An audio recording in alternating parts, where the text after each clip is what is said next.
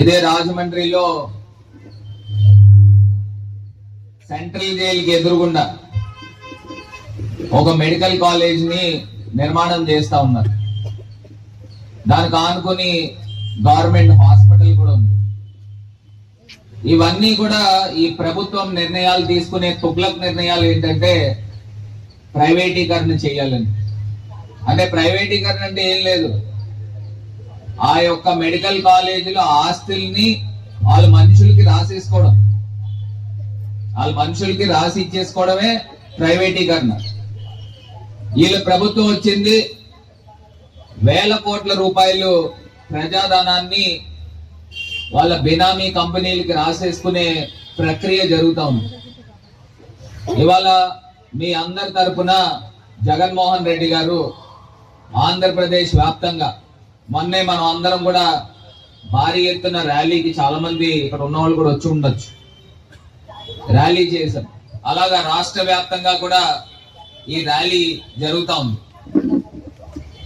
ఇవన్నీ కూడా ఏంటంటే మొన్న మనము కంబాల్ చెరువు దగ్గర నుంచి ఇటు సబ్ కలెక్టర్ ఆఫీస్ దాకా ర్యాలీ చేస్తే మన పైన, మా అందరం ఇక్కడ ఉన్న వాళ్ళు చాలా మంది పైన పోలీసులు కేసులు పెట్టారు ర్యాలీ చేసినందుకు.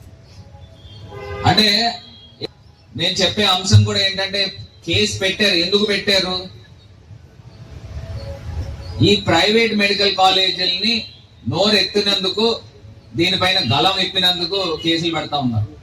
నేను ఒకటే చెప్పా, ఇవాళ మనము ప్రతిపక్షంలోకి వచ్చిన తర్వాత నాకు తెలిసి నా పైన 10 కేసులు పైన పెట్టారు.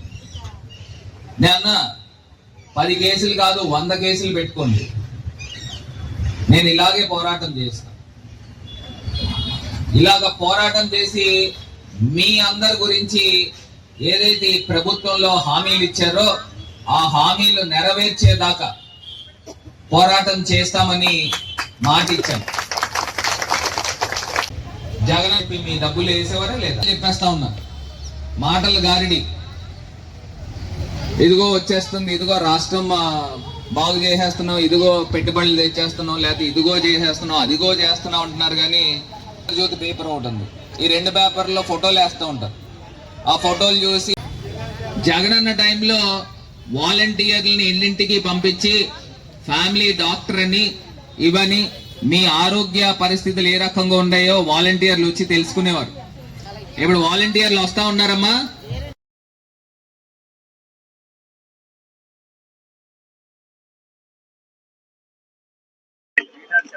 గవర్నమెంట్ మెడికల్ కాలేజ్ యొక్క ప్రైవేటీకరణని నిరసిస్తూ మొన్న ఊర్లే తరలి వచ్చి వాళ్ళ పెద్ద ఎత్తున నిరసన కార్యక్రమం చేశారు.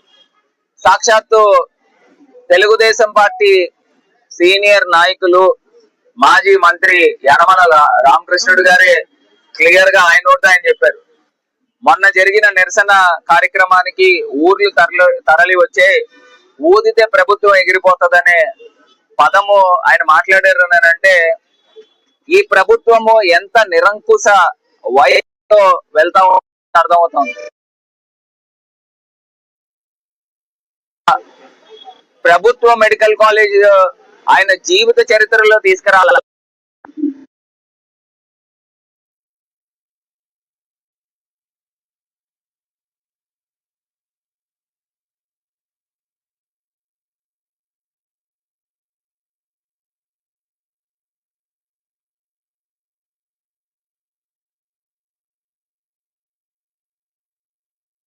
కాలేజ్ దగ్గర ఒక హాస్పిటల్ ఉంటుంది.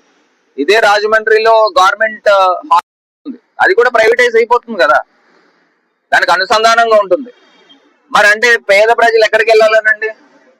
ఇది కాక ఆరోగ్యశ్రీయా పనిచేయట్లా, మళ్ళీ ఆయుష్మాన్ భారత్ ఒకటే ఉంచి ఆరోగ్యశ్రీ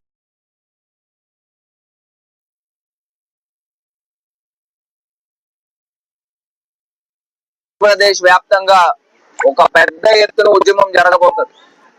మీరు ఏదో ఆషామాషి అనుకుంటా ఉన్నారేమో, 5 సంవత్సరాలు మీకు గవర్నమెంట్ ఇస్తే మీరు ఏం చేస్తే అది చెల్లుతుందని అనుకుంటా ఉన్నారేమో. ఎట్టి పరిస్థితులు ఉపేక్షించేది లేదు. ఇవాళ ఈ ప్రజా తిరుగుబాటు మీ మీద వస్తుందని కూడా తెలియపరుస్తున్నాం. ఇది కాకుండా ఇదే రాజమండ్రి, ఇదే రామాలయం జంక్షన్ లో ఫ్లెక్సీలకి ఈ మొక్కలకి పెడతా ఉన్నారు. ఐరన్ ఊసలు, తీగలు మొక్కలు గుచ్చేస్తా ఉన్నారు. మొదలు గుచ్చి అక్కడ తీసుకొచ్చి ఫ్లెక్సీలు కడతా ఉన్నారు. అసలు ఏమైపోతా ఉన్నామో అని అడుగుతా ఉన్నా. ఇంత దారుణమా, ఇంత అన్యాయమా? ఇప్పుడు మా ప్రభుత్వంలో మేము ఎంత అభివృద్ధి చేశాం రాజమండ్రి నగరాన్ని. మీరు చేసిన కార్యక్రమం ఏంటండి? తీసుకొచ్చి మొక్కల్ని చంపే కార్యక్రమం చేస్తా ఉన్నారా? ఎక్కడైనా ఒక చెప్పుకోదగ్గ అభివృద్ధి కార్యక్రమం మీ సంవత్సరంన్నర కాలంలో ఉందండి? మేము తెచ్చిన కార్యక్రమాలని ఓపెనింగ్లు చేస్తున్నారు తప్పితే మనం చేసిన కార్యక్రమం ఏమన్నా ప్రజలు పలానా గొప్ప పని చేశాడు ఈవీఎం ఎమ్మెల్యే అని ఎక్కడైనా చెప్పారా? పైబెచ్చి ఇది కాక ఒక పనికి మాలిన క్యారెక్టర్లెస్ రోగును ఒకటి తీసుకుని వచ్చి ఇవాళ నా పైన బురద జల్లే కార్యక్రమం చేస్తా ఉన్నాడు ఈవీఎం ఎమ్మెల్యే. చిల్లర రాజకీయాలు మానుకో, సిగ్గుండాల. రెడ్ హ్యాండెడ్ గా తీసుకుని వచ్చి అక్కడ దొరికావు.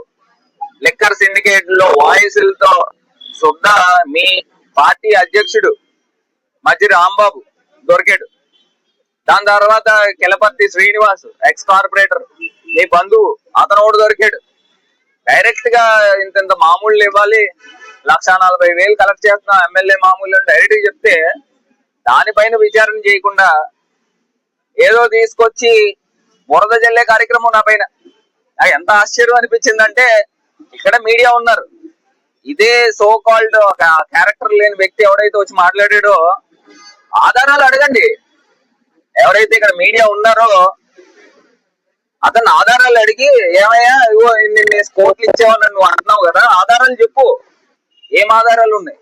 నేను ఇవాళ చెప్తా ఉన్నా, ఇదే ఈవీఎం ఎమ్మెల్యే గతంలో 25% కమిషన్లు అన్నని నా మీద ఎలక్షన్ లో మొత్తం పాంప్లెట్లు చెల్లించాడు. ఊరంతా పాంప్లెట్లు చెల్లించి నిజంగా ఇంత అభివృద్ధి చేశారు కదా, ప్రజలు కూడా ఏమో తీసుకునే ఉంటాడేమో అని చాలా కొంతమంది అనుకోవచ్చు. ఇలాగ అన్యాయంగా ఎలక్షన్ లో గెలిచావు.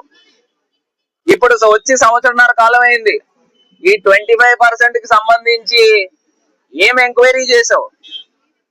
ఏం విజిలెన్స్ ఎంక్వైరీ అయ్యి, లేదా సిఐడి ఎంక్వైరీ అయ్యి, లేదా కేంద్ర ప్రభుత్వంలో కూడా మీరే ఉన్నారు కదా, సిబిఐ ఎంక్వైరీ అయ్యి రెడీగా ఉన్నాను.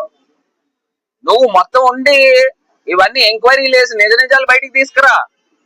ఇది కాక గౌతమి సూపర్ బజార్ లో 5 కోట్లు ఇచ్చారని చెప్పి మళ్ళీ పాంప్లెట్లు చెల్లావు. నీచ కుటిల రాజకీయాలు, పనికి మాలిన రాజకీయాలు. 5 కోట్లు ఇచ్చారన్నావు కదా, ఎవడైతే ఇచ్చాడో అని తీసుకొచ్చి ఇక్కడ నుంచోబెట్టు. ఎవడిచ్చాడో మళ్ళీ అక్కడ బిల్డింగ్ కట్టేస్తా ఉన్నారు. నీకు ఇచ్చినట్టున్నాడు, అది గురించి ఇప్పుడు దాకా అడ్డుకోలేకపోయావు. ఏదో కోట్లు వేసాడని చెప్పి ఏదో సాగు పెట్టేసి ఏదో పబ్బం గడిపే కార్యక్రమం. ఈ సంవత్సరంన్నర కాలంలో నా పైన 10 కేసులు దగ్గరగా నా పైన రిజిస్టర్ చేశారు. పోలీస్ డిపార్ట్మెంట్ కూడా చెప్తా ఉన్నా, ఎల్లకాలం ఈ ప్రభుత్వం ఉండదు, రేపు వచ్చేది మా ప్రభుత్వం. మా ప్రభుత్వం వచ్చిన తర్వాత అన్యాయంగా అక్రమంగా ఏవైతే ఆఫీసర్లు కూడా ప్రవర్తించారో ఖచ్చితంగా వాళ్ళని కూడా ఎంక్వైరీలోకి తీసుకొస్తాం. అది కూడా చెప్తా ఉన్నా. ఇది కాకుండా ఇక్కడ ఉన్న తెలుగుదేశం నాయకులు చాలా మంది అనుకుంటారు ఇక్కడ రాజమండ్రిలో కుమ్మక్క రాజకీయం జరుగుతుంది కదా, ఈ కుమ్మక్క రాజకీయంలో అవతల వాళ్ళు కాపాడేస్తారేమో అని అడుగుతా ఉన్నారు అని అనుకుంటా ఉన్నారు. నేను చెప్తా ఉన్నా, రేపు మా ప్రభుత్వం వచ్చిన తర్వాత జగన్ గారు చెప్పినా కూడా నేను విన్నాను. మీకు ఇంకా సంవత్సరంన్నర కాలం ఉంది, మీరు ఏం చేయాలనుకుంటే సంవత్సరంన్నర కాలం చేసుకోండి. లాస్ట్ 1 year ఎలాగో మీ మాటలు ఎవరు వినరు. మీరు ఎన్ని ఎంక్వైరీలు చేసుకుంటే రెడీగా ఉన్నా. దాని తర్వాత సినిమా ఎలా ఉంటుందో నేను చూపిస్తాను ఒక్కొక్కడికి.